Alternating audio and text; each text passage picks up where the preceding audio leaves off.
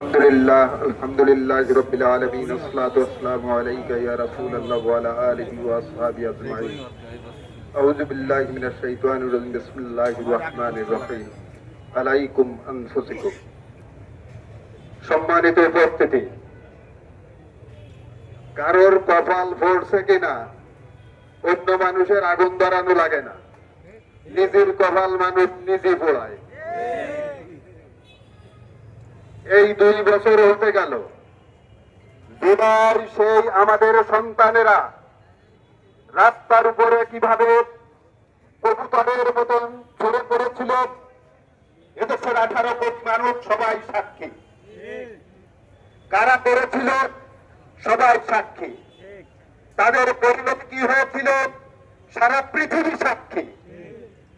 এখন যারা ক্ষমতা আসছে সেই সমস্ত সন্তানদের রক্তের উপর দিয়ে এই ক্ষমতা আসছে।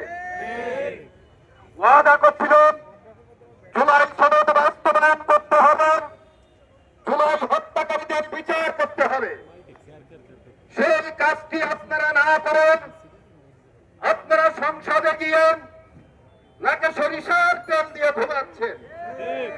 কি আনন্দ আকাশে বাতাসে, কি মজা! এই মজা বেশি সময় টিকবে না।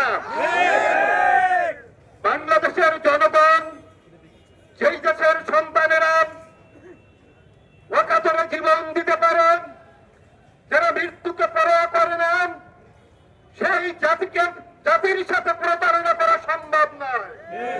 কাজেই প্রতারণা না করেন, আমাদেরকে গরমের ভিতরে রাস্তাঘাটে না ঘোরায় যত তাড়াতাড়ি সম্ভব জুলাই সনদ বাস্তবায়ন করুন এবং জুলাই হত্যাকারীদের উপযুক্ত বিচার করুন। তারা হলেন দাদা বাবুরা যে গেছে যে পথে, আপনারাও যাবেন সে পথে।